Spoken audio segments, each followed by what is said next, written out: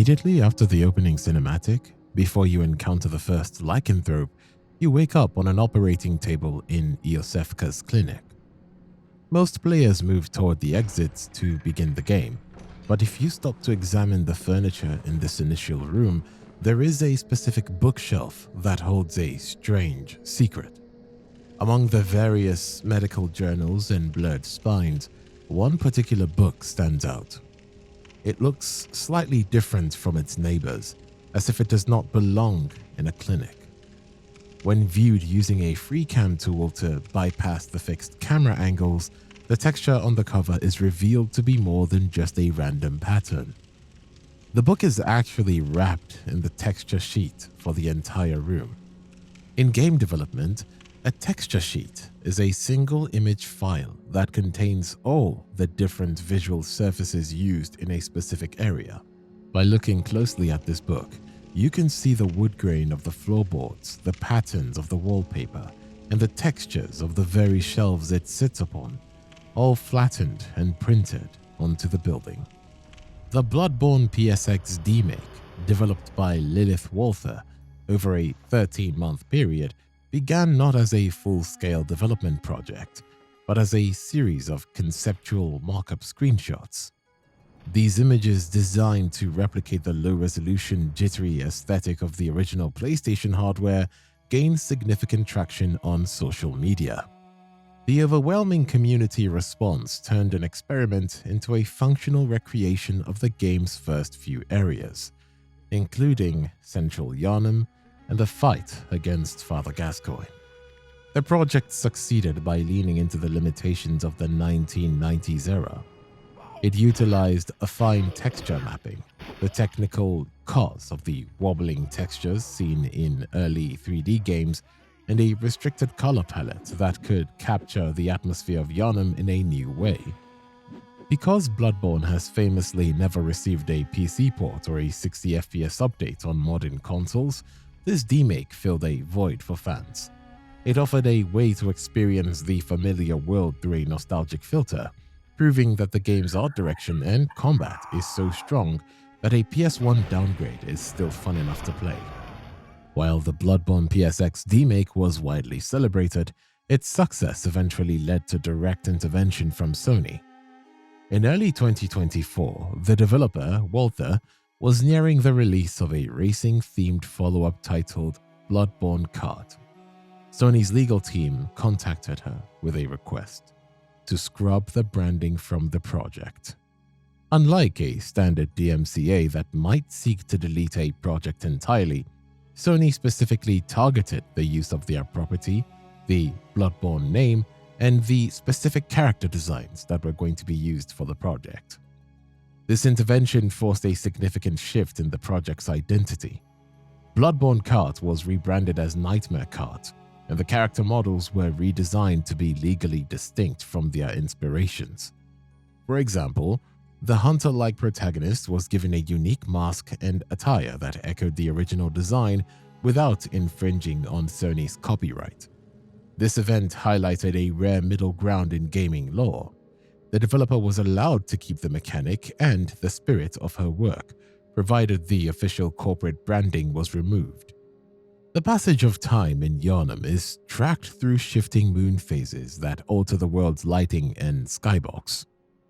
Most players categorize these into three main stages: the initial evening, the night phase after Vicar Amelia, and the blood moon after Rom, the vacuous spider.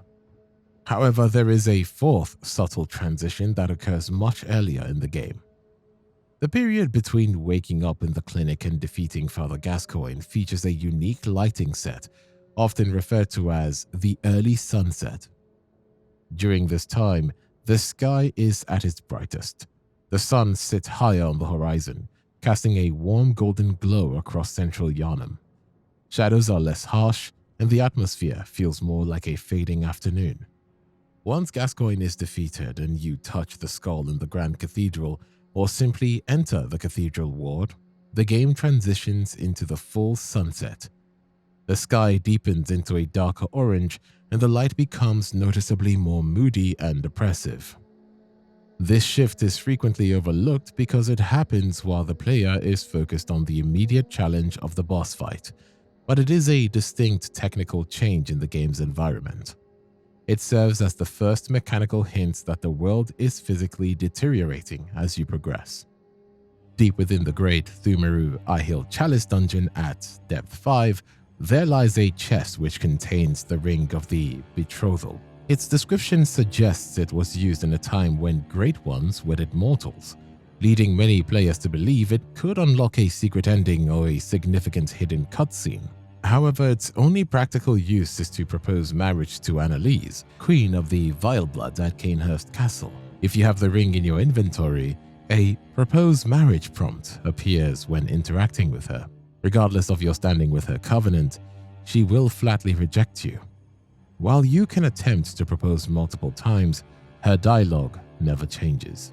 The Augur of Abritas is a hunter tool that allows the user to temporarily summon the phantasmal tentacles of an abandoned Great One. Primarily utilized by arcane builds for its physical damage and knockback potential, this item possesses a crucial, often overlooked mechanical utility within the game's combat system. If deployed at the correct moments during an enemy's attack animation, the Augur of Abritas will successfully parry the opponent, immediately opening them up for a visceral attack. Most players witness the death of Queen Annalise through the questline of Alfred, the Executioner, who eventually travels to Cainhurst to reduce her to a pile of unrecognizable flesh. However, you can choose to perform this act yourself long before Alfred ever arrives. Annalise is unique because she does not have a standard health bar. To kill her, you must strike her exactly 50 times. The amount of damage your weapon deals is irrelevant. A high-level Kirkhammer and a Bare Fist are equally effective, as the game is only counting the number of successful hits. Once the 50th strike lands, she is reduced to the same queenly flesh that Alfred leaves behind. Strangely, killing her yourself does not break Alfred's questline. If you give him the Cainhurst summons after you already pulverized the queen, he will still travel to the throne room and stand over her remains. He will claim credit for the martyrdom and boast about his victory, even though he is standing over a mess that you created. The game's scripting fails to recognize your intervention. Old Yharnam is defined by its verticality and the constant pressure of the Gatling gunfire from above. Yet the highest point in the district isn't Jura's clock tower. It is a misplaced asset hanging in the void. If you stand just outside the doorway leading toward the lower section of the city at the beginning of the area and look directly upward, you can spot a small dark speck against the pale sky. While it appears to be a graphical glitch or a distant bird from the ground, the use of a FreeCam tool reveals a much more specific technical error. Suspended hundreds of feet above the playable map is a single fully modded stone statue. It is identical to the Gothic architecture found on the buildings below, but it sits completely isolated in the skybox with no physical connection to the environment. It stands as a piece of useless history that serves as a reminder of the human manual labor involved in building the streets of Yharnam. The Winter Lantern is widely considered the most unsettling enemy in Bloodborne, primarily due to its frenzy-inducing gaze and the brain-like mass that forms its head. However, if you examine the model closely, you find a disturbing connection to the only source of comfort in the game, the plain doll. High-resolution screenshots and FreeCam observations reveal that the body of the Winter Lantern is an exact asset flip of the plain doll from the Hunter's Dream. The clothing details are identical down to the smallest stitch. The doll's red scarf overlays perfectly with a specific fold of flesh on the lantern's chest, and the 4 distinct seams on the torso are visible on both models. Even the specific angle of the corset and the rumpled V-shaped edge of the dress are mirrored exactly. While the doll's shawl is missing from the enemy model, the messenger-like tendrils hanging from the lantern's head occupy the same visual space. This detail suggests that the Winter Lantern is a manifestation of the hunter's own consciousness. In the logic of the nightmare, the mind takes familiar, comforting imagery and perverts it.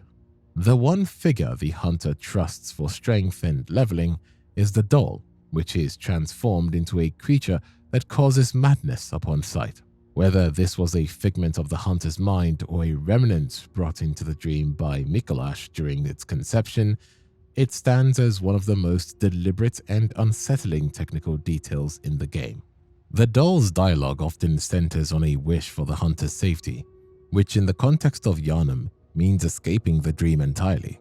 She encourages the Yharnam sunrise ending, where you kneel before Gehrman and allow him to sever your connection to the hunter's dream. This is the same path taken by NPCs like Jura and Eileen, the crow, both of whom explicitly mention that they no longer dream, implying they fulfilled their purpose on previous nights of the hunt and were subsequently released. When Gehrman grants this mercy, the hunter is eternally memorialized. The various gravestones scattered throughout the hunter's dream mark the deaths of the hunters who came before you. In New Game Plus, the game acknowledges this cycle through a specific rare interaction. You may occasionally find the doll kneeling and praying at a particular gravestone in the garden, the one that represents your own character from the previous playthrough. This detail implies that while the world of Yharnam resets, the dream itself is persistent. The doll remains as the sole permanent resident and witness, mourning the you that managed to escape, even as she assists the new iteration of the hunter in the current cycle. The Qua Bell is a unique hunter tool that requires high arcane to use. Its primary function is to emit a chime that heals the user and any nearby cooperative allies, making it one of the few dedicated support items in the game. However, due to how the game handles the area of effect interactions, this healing chime can be accidentally used as a finishing move against specific NPCs. One of the most notable instances occurs at the end of Eileen the Crow's questline. After defeating the Bloody Crow of Cainhurst, you find Eileen bleeding out on the steps of the Grand Cathedral. She is in a fragile, scripted state where she is barely clinging to life. If a player attempts to use the Qua Bell to save her, the healing wave interacts with her character model as a physical hit. Because her health is effectively set to a minimum value for the dialogue, the bell kills her instantly, ending her quest prematurely. A similar interaction occurs in the Old Hunters DLC with the severed head of Ludwig. After the boss fight, Ludwig's head remains in the arena, allowing for a final conversation. If you ring the Qua Bell near him, the head dies immediately. Technically, this happens because the game's engine registers the Qua Bell's pulse as a hitbox to determine who should receive the healing effect. Most NPCs are programmed to ignore this, but characters which are in a dying state, where any interaction with a hitbox results in death, cannot distinguish the healing pulse from a weapon swing. Bloodlickers are the bloated flea-like creatures typically found in the courtyards of Cainhurst Castle or the rivers of the Hunter's Nightmare. However, they possess a unique and unsettling spawn mechanic within the procedural chalice dungeons that many players never encounter. If you kill a humanoid enemy such as a Shadows of Yharnam variant or a heavy Thumerian using a visceral attack, you satisfy a hidden requirement for that room.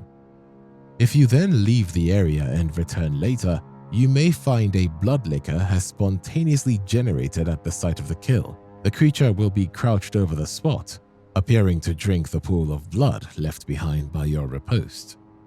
This is one of the few instances in Bloodborne where the game dynamically adds an enemy to a cleared room based entirely on your combat style. Because most players move linearly through a dungeon layer without backtracking, this detail often remains undiscovered.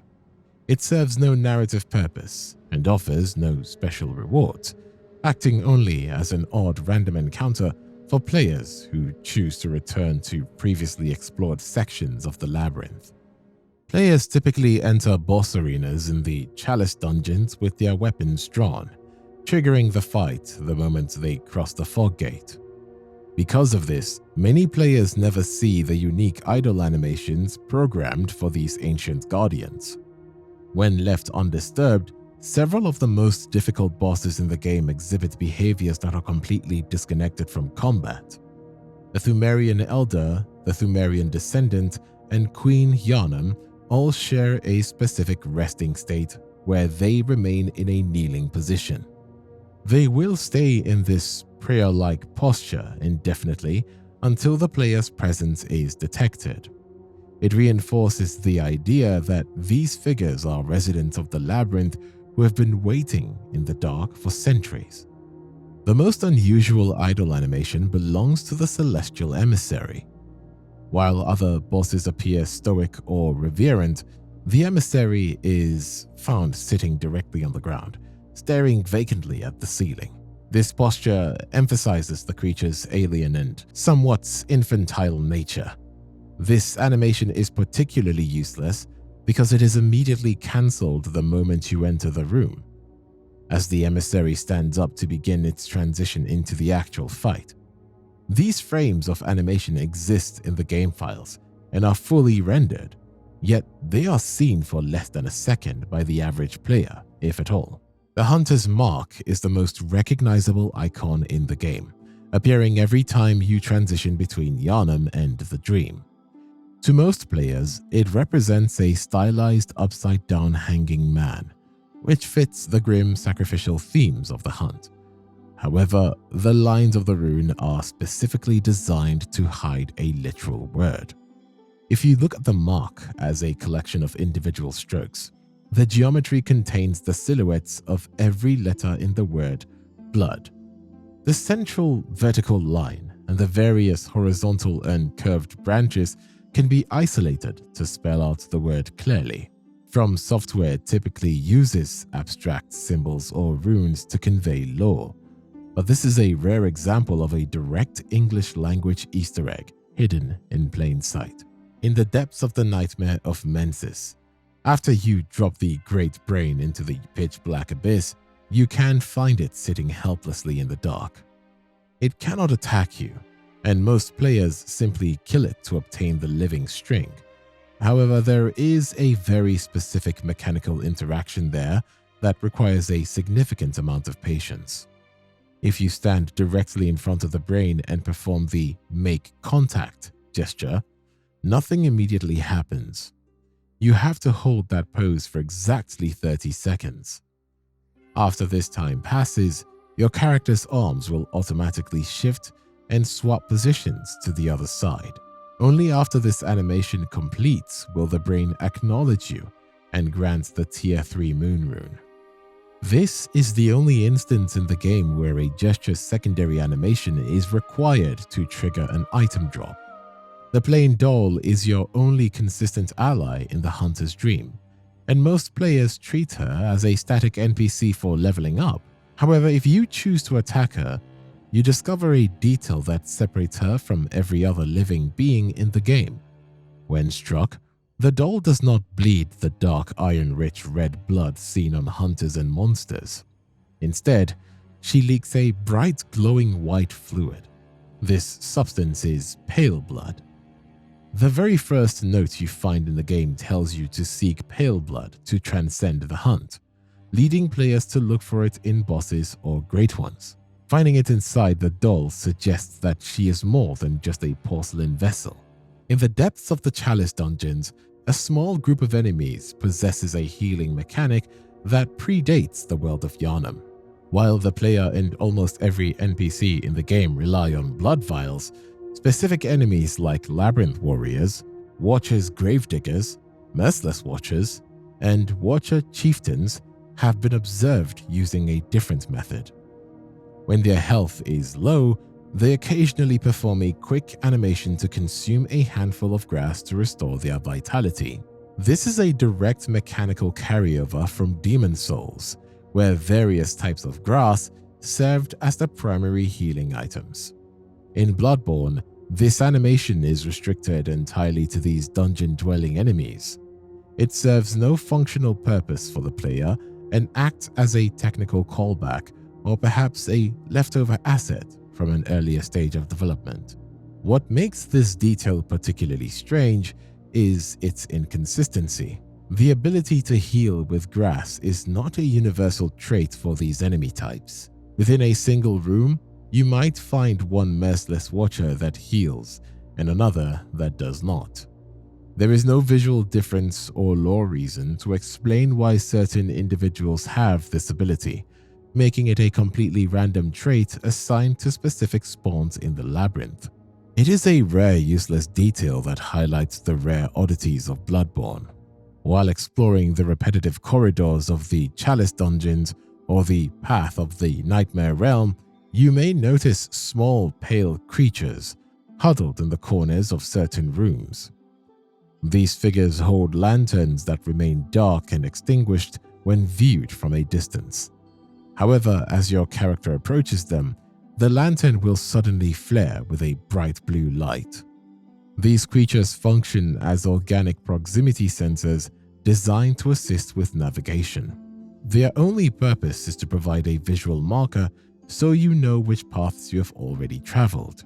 In environments like the Chalice dungeons, where every hallway and stone pillar look identical, these lanterns act as a subtle breadcrumb trail.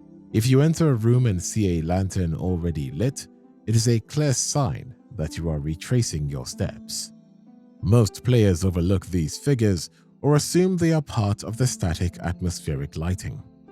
They cannot be attacked, they do not drop items, and they have no impact on the combat. They are a purely functional design choice by the developers to help players manage the confusing doorways of the game's more procedural areas. In the more complex layouts of the Chalice dungeons, you will eventually encounter rooms containing massive hanging bells. These bells function as an environmental trap. If you strike one of these bells, it emits a loud echoing toll that alerts every enemy in the vicinity to your exact location.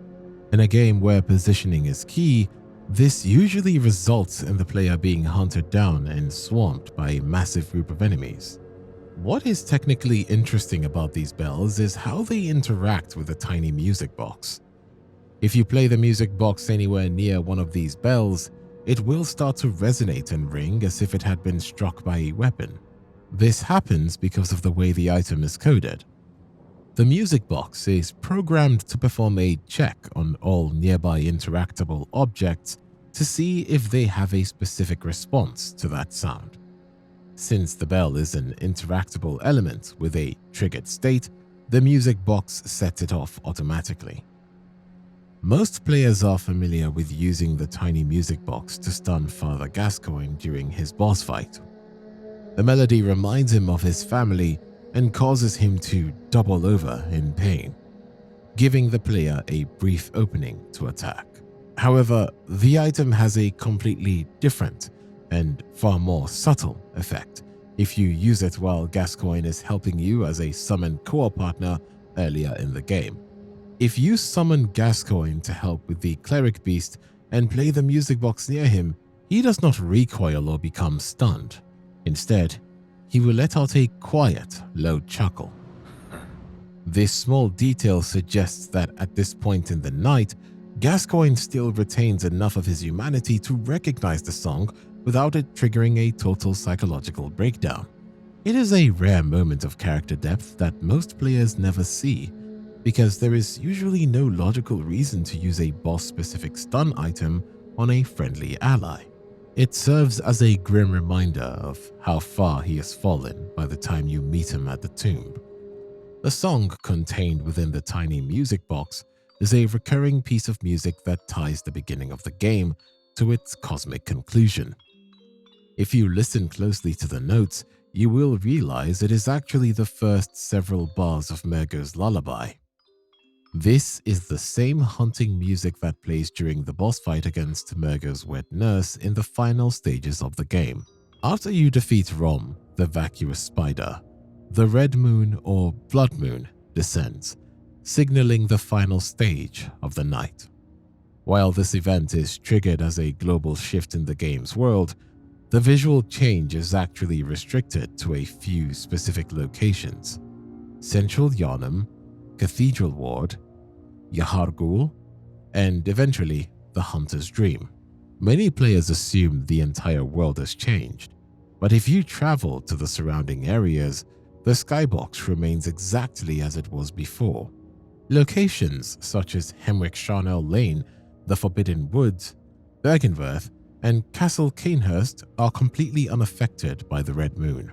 One common explanation for this is geography. These areas are technically located outside the main city of Yharnam. Since the Mensis ritual was conducted within the city to draw down the moon presence, the physical effects of that ritual appear to be localized to the immediate vicinity of the summoning. However, Old Yharnam presents a strange inconsistency. Despite being part of the city and having experienced a Red Moon descent in the past, which led to the Ashen Blood Plague, it does not show the Red Moon during your playthrough. It remains trapped in a standard night cycle. This suggests that the abandoned status of the district might mechanically remove it from the city's current world state. This localized effect also dictates where the lesser amygdalas appear. These massive multi-limbed Great Ones are only visible hanging from buildings in Cathedral Ward and Yharnam. Notably, these are the exact areas where the Red Moon is most prominent. Amygdala is one of the most enigmatic figures in the game, leading to a long-standing debate among players about whether the creature is a single Great One or an entire species. While multiple lesser amygdalas can be seen throughout Yharnam and the Nightmare, a specific anatomical detail suggests they are all physically linked to a single ancestor or entity. If you examine the model of any amygdala in the game, you will notice a distinct lack of symmetry. The creature has 4 long arms protruding from the right side of its back, but only 3 on the left. This asymmetry is unusual for From Software's creature design, which typically follows biological logic. Since amygdalas share many visual traits with spiders, which are creatures characterized by having 8 limbs, the total count of 7 arms feels intentionally incomplete. A closer look at the left side of the creature's torso reveals a small fleshy groove or indentation. This mark appears to be a scar where a 4th left arm, or the 8th limb in total, was once attached. This anatomical gap provides a possible origin for the amygdala arm trick weapon found in the Hunter's Nightmare. The weapon's description states it was ripped from a Great One, and the fact that every amygdala in the game is missing the exact same limb suggests that they may all be offshoots or clones of a singular being that was mutilated long ago. This detail supports the theory that the amygdalas we see are not a species in the traditional sense, but fragments of a single shared consciousness. Before the release of the Old Hunters DLC, a popular, well-supported theory suggests that Lawrence, the founder of the Healing Church, was actually the bloodletting beast found in the Chalice dungeons. This creature appears twice in the Great Thumeru Hill Labyrinth, once with its head intact and once as a headless variant in a deeper layer. Because the dungeons often represent different points in a timeline, it is widely believed that these are the same creature before and after a decapitation. The strongest evidence for this theory lies in the Grand Cathedral, where you interact with a massive beastly skull to see a memory of Lawrence. If you compare the physical model of the bloodletting beast's head to that skull, they share a very specific deformity. A large jagged gash running down from the left side of the face. This match is so precise that it seems to confirm the headless version in the dungeon is the source of the skull in the church. Furthermore, the Japanese name for the bloodletting beast translates to host of the beast blood. In this context, the word host is used the same way it is for Mikolash, host of the nightmare, meaning a guardian or a person responsible for maintaining something. This fits Lawrence's lore as the person who brought the old blood to Yharnam and oversaw its distribution. However, the DLC eventually contradicts this connection. Item descriptions and the actual boss fight with Laurent reveal that he was technically the first cleric beast. In Bloodborne's design language, cleric beasts are defined by their massive antlers, a trait the bloodletting beast completely lacks. Additionally, Laurent's manifestation in the Hunter's Nightmare is a flaming cleric beast, which makes it unlikely he would have a completely different ape-like form in the dungeons. While the physical evidence of the skull suggests a different original plan, From Software seemingly moved away from the bloodletting beast connection to establish a more consistent visual identity for the church's highest-ranking monsters. The Odin Chapel Dweller is one of the few NPCs in Yharnam who displays genuine empathy, offering the chapel as a sanctuary for anyone left sane during the night of the hunt. Despite his kind and submissive nature, there are several details that suggest he is serving a much darker purpose, whether he realizes it or not. His name and location explicitly link him to Odin, a great one who exists only in voice and lacks a physical form. This connection is confirmed if you kill him, as he drops the formless Odin rune, which is the primary symbol of his god. A subtle design detail points towards a darker inspiration for his character. The term Oedipism. This refers to the psychiatric phenomenon of self-induced eye injury or the removal of one's own eyes. When you look closely at the dweller's model, his eyes appear heavily damaged or missing entirely, obscured by his hood and tattered clothing. This fits the recurring theme in Bloodborne, where those who seek higher knowledge or serve great ones must line their brains with their eyes or conversely sacrifice their physical sight. The Dweller is fixated on luring survivors to the chapel, repeatedly insisting that there's nothing to fear here. However, if you follow his request and send Ariana to the chapel, she eventually becomes pregnant and gives birth to a celestial larva, a child of Odin. It appears the chapel is not a sanctuary, but a controlled environment where a formless god can find a biological host. The Dweller acts as a lure, gathering sheep for a shepherd he cannot see, unaware that the safety he offers is actually a trap for the Great One's reproductive needs. After jumping from the lakeside lookout at Bergenworth, you enter the Moonside Lake, which serves as an arena for a fight against Rom, the vacuous spider. This location is a stark departure from the rest of Yharnam. There are no buildings, no trees, and no sky. Instead, it is an infinite expanse of white light and a perfectly flat layer of water. If you look closely at the environment, there is no solid ground beneath the water's surface, yet the player can walk across it as if it were solid floor. A compelling technical theory suggests that the Moonside Lake is actually an upside-down reflection of reality. When you jump into the lake at Bergenworth, you are entering the space beneath the water's surface. In this view, what we perceive as the floor is actually the underside of the lake's surface. This would explain why the area is a void. You are looking up through the water into a space that has not yet been defined by the physical world. This theory is visually supported by the cutscene that triggers after Rom is defeated. As the ritual is broken and the blood moon is revealed, the moon appears to move closer to the water's surface from above. It looks as though the moon is pushing through a thin membrane to reach the player. This suggests that the player has been standing on the boundary between the waking world and the nightmare, looking back up toward the surface they just dived through. The attire worn by the oldest hunters in the game, such as Gehrman and Lady Maria, shares a specific design language that reflects the period they originated from. One of the most consistent visual details is the deep red cloth used for the inner lining of their capes and coats. This color coordination marks them as members of the original workshop, but their clothing also reveals a superstition regarding the beastly plague.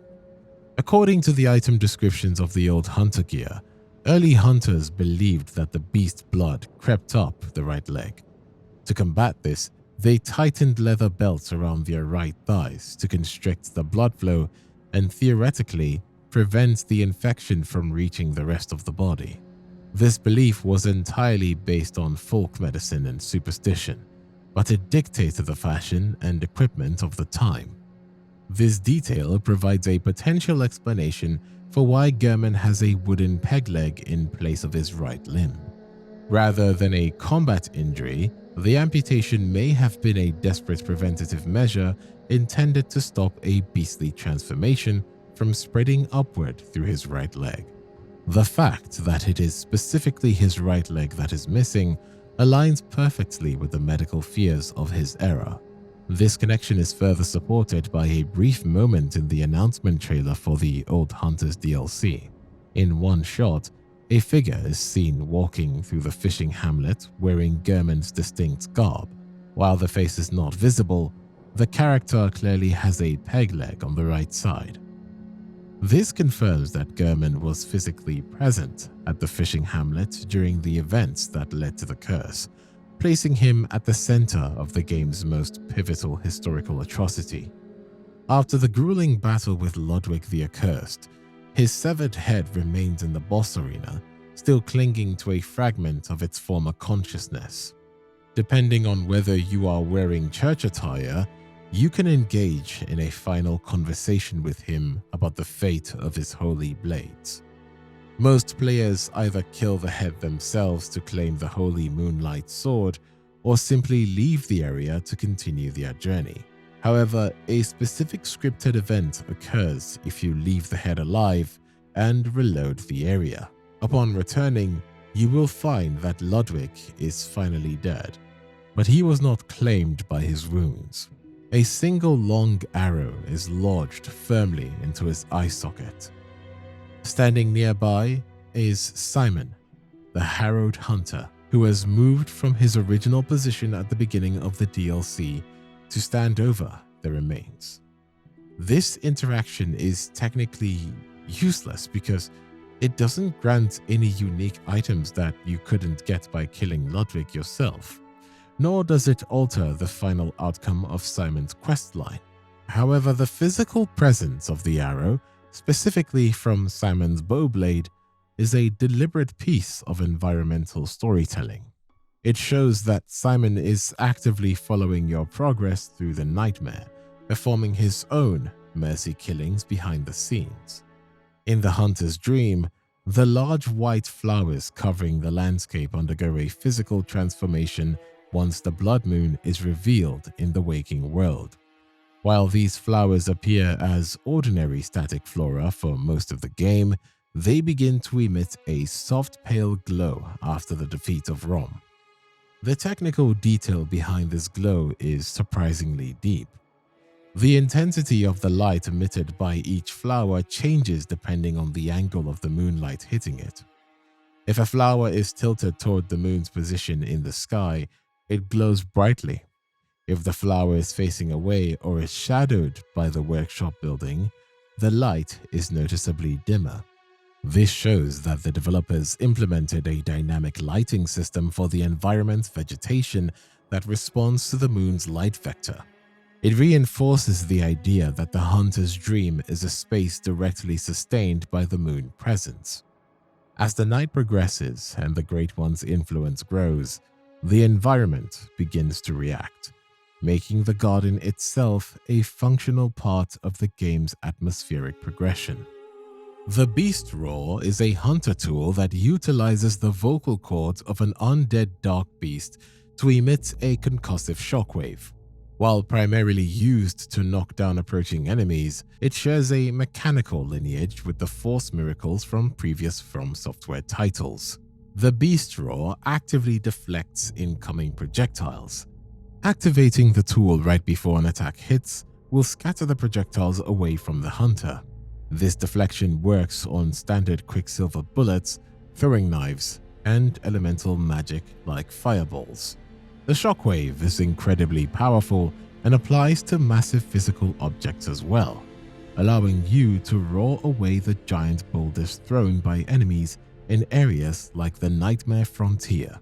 The tiny music box is primarily recognized for its role in the Gascoigne family quest line, but its technical properties allow it to interact with the physical environment in unexpected ways.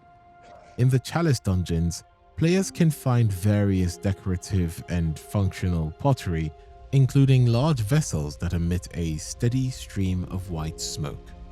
If you play the music box near these smoking pots, they will spontaneously shatter as if struck by a physical weapon. This interaction is likely a byproduct of how the item is coded to interact with the world. The music box emits an invisible radial pulse to check for scripted responses from nearby objects, such as the labyrinth bells. Because these smoking pots are designed as indestructible assets with low durability, the game's engine interprets that music box's signal as a physical impact. The Astral Clock Tower is the focal point of the Old Hunters expansion, but the building itself was part of the game's world geometry long before the DLC was released. If you look toward the horizon from specific vantage points in the base game, you can see the tower standing prominently above the city. The most consistent views of the clock tower are found in the Upper Cathedral Ward and Hemwick Charnel Lane. From the balconies of the choir's headquarters, the tower appears as a massive dark silhouette against the moonlit sky. Similarly, when standing on the cliffside paths of Hemwick, you can see the structure dominating the skyline of the distant cathedral ward. In the waking world, the tower serves as the city's architecture. Its presence in the background of these areas shows that the layout of Yharnam was designed with this landmark in mind from the beginning. While it remained unreachable until the expansion allowed players to step inside, its visibility from the early zones confirms its status as a real historical location within the church's territory. One of the most elusive encounters in the game is the Labyrinth Mole, a creature found only within specific procedurally generated Depth 5 Root Chalice dungeons. It is a massive translucent mass of flesh that resembles a giant maggot with rows of human-like teeth. For years after the game's release, many players believed the creature was cut content because the glyph codes required to find one were so rare. Despite its legendary status among the community, the Labyrinth Mole is functionally useless. It is almost entirely stationary and does not possess an aggressive AI. It only attacks if a player stands directly in front of its mouth, and even then, its movements are so slow and easily avoided. When killed, it drops a negligible amount of blood echoes and standard ritual material like Sage's hair. There is no unique item, trophy, or lore note associated with it. Yharnam typically functions as a guide, offering cryptic advice on how to hunt. However, there is a sequence of rare interactions that reveal the true horror of his situation. These events are technically gated behind a specific world state and a low probability check. To trigger them, you must first defeat either Vicar Amelia or the blood-starved beast to move the game into its night phase. After speaking with Yharnam, you must reload the area. He will disappear, leaving a note telling you to ascend to the top of the Healing Church workshop. He will only reappear after you have opened the chest at the very top of that tower. Once he is back, there is a 10% chance during each visit to the dream that he will be found sleeping in the small garden behind the workshop. If you find him there before defeating Rom, he mutters a specific line.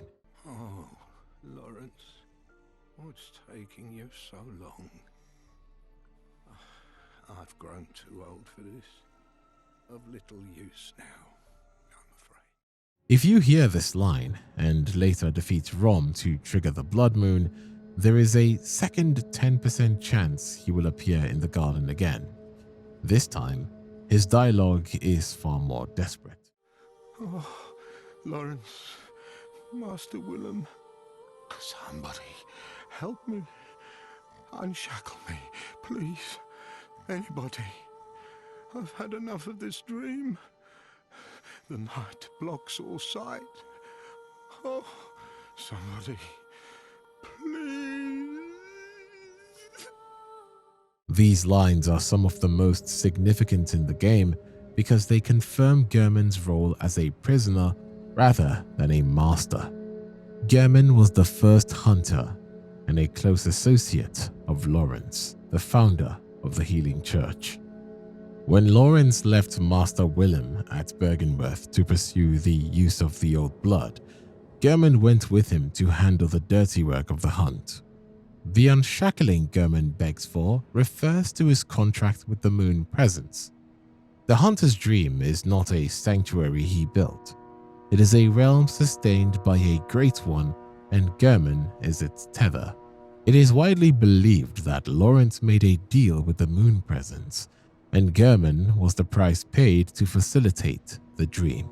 Lawrence likely promised to find a way to free Gehrman later, but Lawrence eventually transformed into a beast and was killed, leaving Gehrman trapped for an eternity with no one left to fulfill the promise.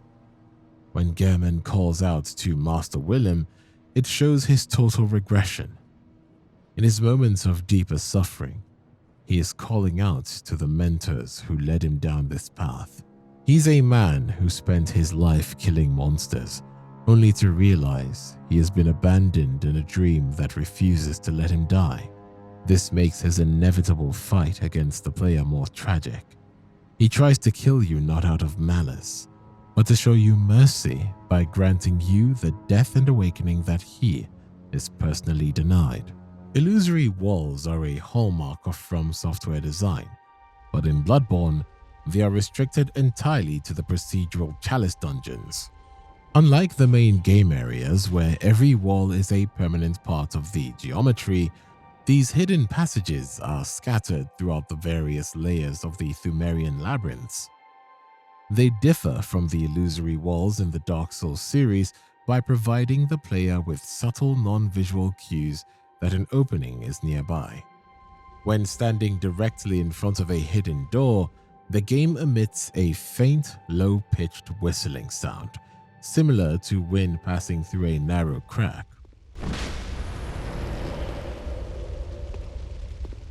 This audio cue is paired with a physical effect on your character's model. The draft coming from the illusion is strong enough to trigger the game's cloth physics, causing your hunter's garb to ripple and blow slightly as if standing in an open doorway. This makes the discovery process more immersive, as the game uses its physics engine to tip off the player that the architecture in front of them is fabrication. It is a rare instance where the environment physically reacts to a secret passage before you even interacted with it. Because these walls are only found in the dungeons, many players who skip the optional chalice content never experience this specific mechanical interaction. In the depths of the chalice dungeons, certain spider enemies exhibit a specific behavioral trait that is never seen in the main city of Yharnam. If you approach these creatures while holding a lit torch, they will often stop their attack and retreat. This is a mechanical carryover from Dark Souls 2, where spiders in the Brightstone Cove region would actively avoid the player if they carried a light source. However, the execution of this mechanic in the labyrinth is entirely inconsistent. Within a single room, you might encounter a group of spiders where one individual will back away in fear while the others ignore the fire and continue their assault. There is no visual indicator, such as a different color or size, to explain why certain spiders are affected while others are not. Much like the enemies that use healing grass, this appears to be a random technical attribute assigned to specific spawns during the dungeon's generation. Because the behavior is unreliable, it offers no consistent tactical advantage to the player, making it a strange and largely useless technical detail. The bond between Gehrman and Lady Maria is the foundational tragedy of the original workshop. Maria, a noble of Canehurst, and a relative of Queen Annalise intentionally turned away from the blood-heavy combat styles of their lineage. She favored the rakuyo, a weapon that demanded absolute dexterity and precision rather than arcane arts. As German's first and most talented student, her respect for him was professional and profound. However, item descriptions in the DLC reveal a dark rift in their perceptions. Maria held German in high regard, yet she was completely oblivious to what the game calls his curious mania. This mania suggests that German's interest in Maria was not merely that of a mentor. It was a singular obsessive fixation that blurred the lines between affection and possession. While Maria saw a teacher and a revolutionary hunter, German saw a muse he could not let go of. This imbalance meant that their relationship was never truly a partnership of equals. It was a scholar observing an idol. This obsession would eventually drive German to commit his most desperate act, attempting to resurrect her likeness through a cold porcelain effigy once she was gone. The atrocities committed at the fishing hamlet acted as a moral crossroads for the two hunters. Both took part in the violation of the Great One Curse and the systematic laughter of the local villagers. However, their methods of coping with the aftermath could not have been more different. Maria was paralyzed by her conscience. In a final act of reunion, she cast her beloved Rakuyo down a dark well in the center of the hamlet, abandoning the symbol of her status as a hunter, and eventually ended her own life. For Maria, an honest death was the only way to sever the connection to the blood-stained history of the healing church. Germans, instead of seeking an end, leaned into the darkness, continuing his work with Lawrence to establish the foundations of the hunter's dream. While Maria's spirit remained in the nightmare to guard the secret of their sins, German became a puppet for the moon presence in the waking world. He chose to live with the weight of the past, eventually becoming a prisoner to the very situation he helped build. The plain doll is the physical evidence of German's grief and his ultimate failure to let go. After Maria's death, German used her exact measurements, facial structure, and even her voice to create a life-sized doll. In his mind, this was likely an attempt to reclaim the student he lost. But the reality was a desperate limitation that brought him no comfort. The tragedy is compounded by German's subsequent behavior. Once the doll was animated by the moon presence, German grew cold and indifferent towards her. He realized that a porcelain vessel, no matter how perfectly crafted, could never replace Maria's spirit or her rejection of him. He tells the player that they may use the doll as they see fit, a line that highlights his complete emotional detachment. He spent years obsessing over Maria's memory, only to end up resenting the very object he built to honor her. He is trapped in a domestic hell of his own making, forced to see the face of the woman he loved every time he returns to his workshop, knowing she is merely a silent, mindless puppet.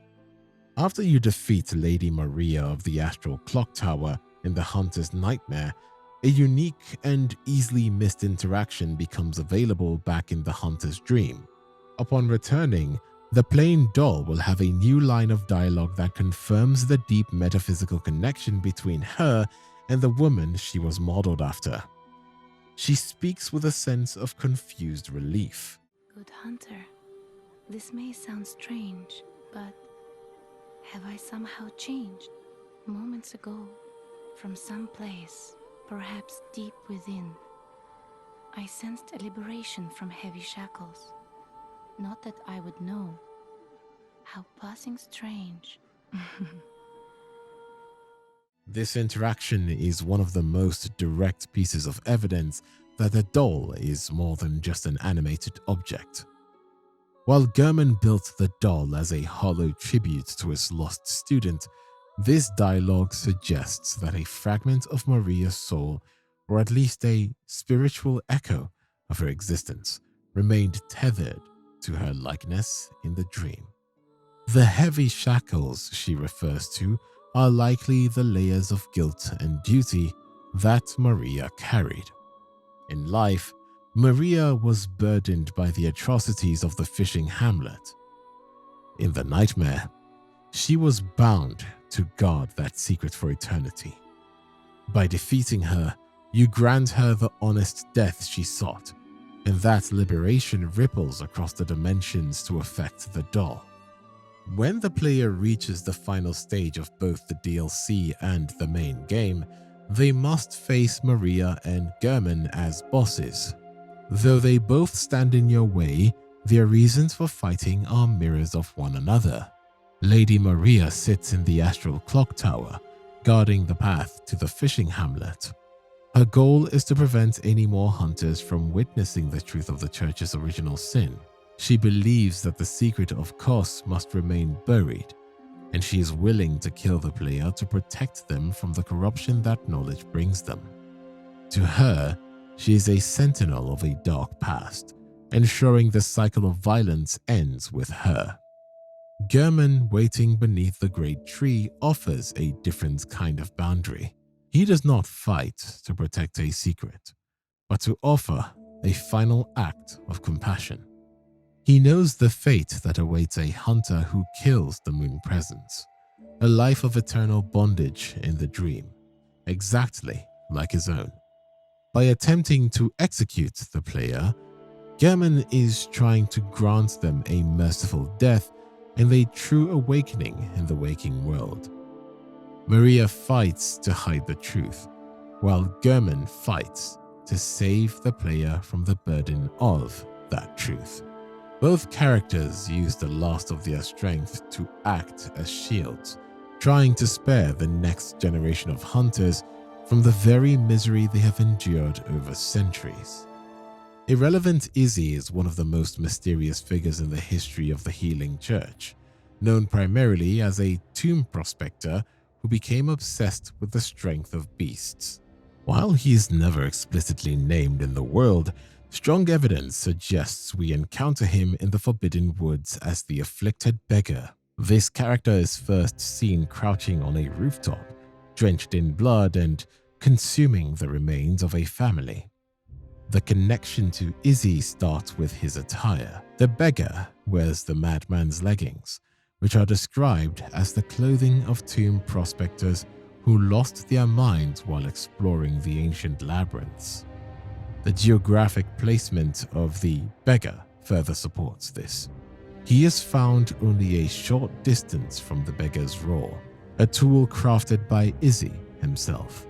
Most telling, however, is the beggar's transformation. When attacked, he turns into an abhorrent beast, the same high-level boss found in the ruins of Ailing Lauren, the very location where Izzy's other creation, the Beast Claw, is discovered. By linking the specialized attire of the prospector with the specific beastly form found in Lauren, the game heavily implies that the beggar is the remains of Izzy, a man who succeeded in his goal of becoming the very thing he studied, yet lost his humanity in the process. The afflicted beggar is rather strange, and he greatly sticks out. In every other instance of the beastly plague, the transformation is a terminal one-way process. Once Father Gascoigne or Vicar Amelia turns into beasts, they remain in that state until death. The beggar, however, is the only character in the game capable of reverting from a massive, lightning-charged, abhorrent beast back into a human form. This suggests a level of physiological mastery over the beast blood that no other character has achieved. In addition to this physical control, the beggar retains fully cognitive function and speech while transformed. Outside of Ludwig the Holy Blade, who only regains his senses after seeing the Holy Moonlight Sword, The beggar is the only creature that can hold a coherent philosophical conversation in the middle of a fight. He actively mocks the hunter, questioning the morality of the hunt and pointing out the hypocrisy of those who kill beasts while being fueled by the same blood. This unique combination of speech and the ability to shift between forms suggests that Izzy didn't just succumb to the beast. Rather, he found a way to inhabit the state while keeping his intellect intact, making him perhaps the most successful and dangerous experiment in the church's history. The messengers are often viewed as helpful, albeit grotesque, companions that facilitate the hunter's journey. However, a deeper look at their origins suggests they are not independent entities, but rather direct biological extensions of the moon presence. Early concept art for the moon presence shows several messengers physically emerging from the Great One's torso and limbs, as if they were budding off its own flesh. This visual link provides a clear explanation for the striking physical similarities between the two. Both possess the same pale, translucent skin, sunken features, and thin, multi-jointed limbs. Within the hunter's dream, the messengers serve the hunter, but they do so because they are essentially the cells of the realm's creator. They act as the primary interference between the moon presence and the dream's inhabitants. Their presence in the bird bath and their ability to manifest as messengers for other players indicates the moon presence uses these creatures to oversee the cycles of the hunt. The defining tragedy of the Great Ones is a biological impasse. They possess the power to shape reality, but lack the ability to produce a living heir. Every Great One, from the formless Odin to the physical Kos, eventually loses its offspring.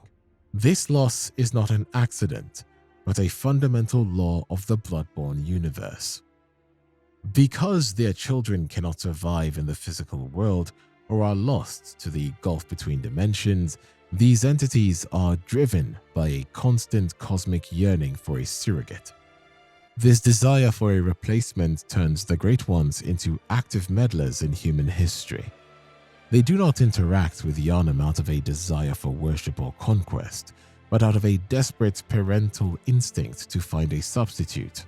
This reframes the entire narrative. The terrifying eldritch events the player witnesses are often just the fallout of a god attempting to build a family. Humanity is not their enemy, but their chosen nursery. The third umbilical cord items serve as the physical evidence of the Great One's reproductive struggle.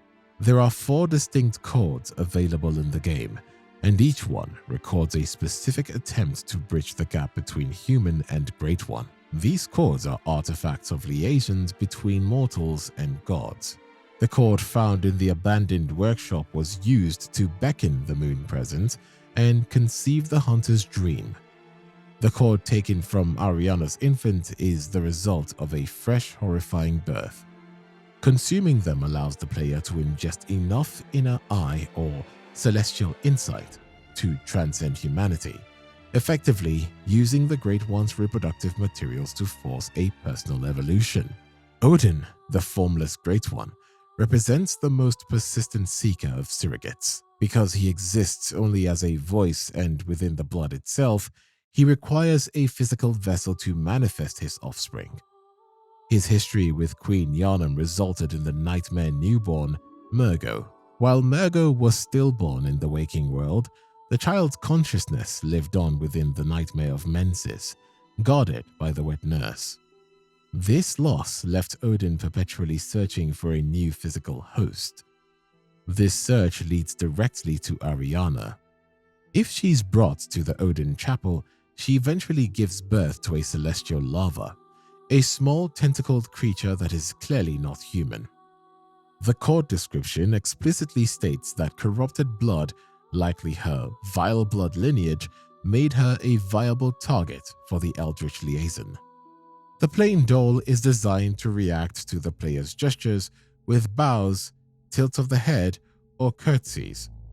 But her most specific interaction involves the make contact gesture. This gesture, discovered on a corpse in the upper cathedral ward, requires the player to stand perfectly still. As noted previously, the character's arms will automatically switch positions after 30 seconds. If you perform this entire sequence while standing directly in front of the doll, she will wait for your arms to shift and then immediately respond by performing her joy animation, clapping her hands for you. This is a rare example of an NPC reacting to the internal progression of a player's animation rather than just the initial button press. Technically, the game's script for the doll treats the mid-gesture arm swap as a unique trigger, while the make contact gesture is a cold, calculated attempt by the scholars of Bergenworth to commune with the Great Ones.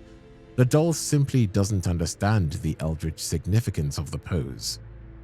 She only sees the hunter's persistence and rewards it with a brief moment of warmth. It underscores her nature as a creature built solely to provide comfort and encouragement to those trapped in the cycle of the dream. In the heart of Old Yharnam, within the large desecrated church, a massive beast corpse lies in waste. This creature, which closely resembles a blood-starved beast, serves as a grim centerpiece for the area. Most players view it from the ground while fighting through a mob of smaller cloaked beasts, but the environment offers a specific interactive mechanic that many overlook. By navigating the high rafters of the church, you can find an oil lamp hanging directly above the beast's remains. Attacking the chain or the lamp itself causes it to plummet into the corpse. The resulting explosion ignites the oil-soaked beast. The name Blood-Starved Beast is a literal description of the creature's biological state rather than a simple title. Most enemies in Yharnam spray deep red blood when struck, coating the player and the environment. The blood-starved beast is a notable exception. When attacked, it emits a pale yellowish ichor or a dry puff of grey dust. This lack of red blood is a direct result of the ashen blood plague that decimated Old Yharnam. The creature has been completely drained of its internal fluids, leaving its veins empty and its tissues dry. This is the reason the boss is so easily manipulated by pungent blood cocktails. Because its body is entirely devoid of blood, the scent of blood in itself is enough to cause distraction. It is a biological necessity that the beast cannot ignore. It will abandon a fight to lick blood from the ground, showing that its hunger overrides its survival instincts. The blood-starved beast is the primary symbol of the Ashen Blood Plague, a disease that preceded the beastly scourge in Old Yharnam. According to the antidote item description, the plague was a horrid fungus that eventually led to the burning of the city. The pale fluid the beast bleeds is likely a mixture of this fungus and the remnants of the medical blood it was given by the healing church. This explains why the beast's attacks cause rapid poison buildup. Every time the beast swipes at the player, it is spreading the concentrated essence of the Ashen Blood Plague. The vocalizations of the blood-starved beast are distinct from the roars and howls of other beasts like cleric beasts or Vicar Amelia. Its screams are high-pitched, raspy, and sound as though they were being forced through a dry, damaged throat. This is a deliberate sound design choice to match its starved status. Without blood or moisture to lubricate its vocal cords, the creature's screams sound like tearing paper or grinding stone. Technically, these sound assets were processed with high-frequency distortion to give them that dry and raspy quality. It makes the encounter feel more frantic and desperate, as the boss sounds like it is physically suffering every time it opens its mouth. The Charred Hunter set is a grim material witness to the fiery cleansing of Old Yharnam. While most hunter attire is designed for the standard mobility and protection required for the hunt, this set was specialized for a very specific brutal role. According to its description, it was worn by those tasked with hunting down survivors of the scourge who had managed to endure the raging flames. This implies that the powder kegs burned the city and left. After a while, they sent hunters back into the burning ruins to execute anyone, whether it be beast or human, who hadn't been killed by the fire or the stench of singed blood. Lore-wise, the set is deeply connected to the powder keg heretics and Jura. The leather is blackened and stiffened by heat treatment, signifying a shift in hunting philosophy. While the healing church focused on the holy nature of the blood, the wearers of this set focused on the pragmatism of total eradication. It represents the point where the hunt stopped being a localized effort to save citizens and became a scorched earth campaign to hide the church's failures. For those who followed the game's development, the Charred Hunter set holds a special significance outside of the lore. This specific attire was worn by the player character in the original leaked Project Beast trailers, back when the game's identity was still being finalized. At that stage of development, the Charred set was likely intended to be the default cover art armor before the iconic Hunter set took its place. Technically, the set's stats reflect its history as a precursor to the Ashen Hunter set worn by Jura. It boasts the highest fire defense in the game, making it the optimal choice for Lawrence or Watchdog of the Old Lord's boss fights.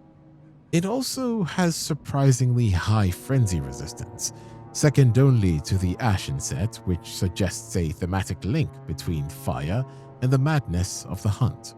However, these specialized protections come at a cost. The set provides almost no defense against thrust, arcane, or bolt damage. It is a highly specialized tool for a very specific type of violence, reflecting the uncompromising nature of the powder kegs. The insight mechanic serves as a direct measurement of the hunter's proximity to cosmic truth. While it functions as a currency for the messenger shop, its primary purpose is to act as a toggle for the game's environmental reality. This is most clearly demonstrated by the presence of the lesser amygdalae clinging to the buildings of the cathedral ward. For a new player, these entities are entirely invisible, existing only when the player is lifted up into the sky mysteriously. Earlier in the game, it was believed to be a glitch, but once a player reaches a threshold of 40 insight or defeats Rom, the vacuous spider, the game's world geometry changes.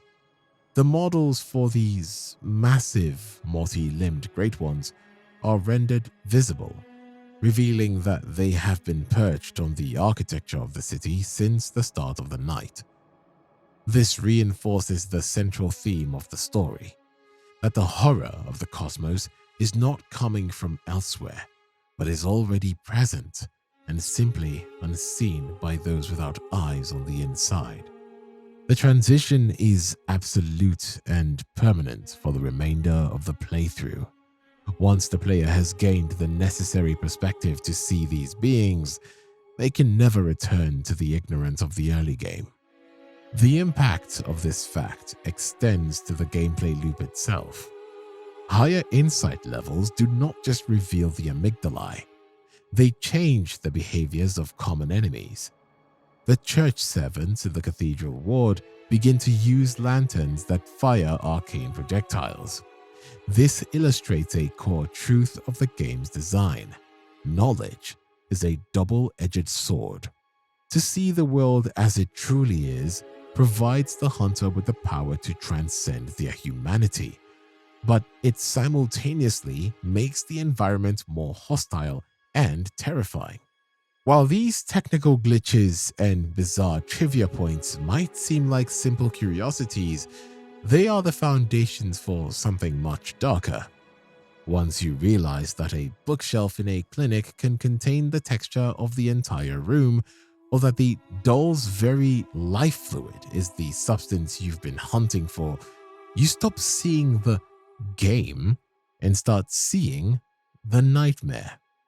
With the blood moon hanging low and the state of the world permanently shifted, it is time to investigate the true cosmic horrors that are finally visible to the naked eye.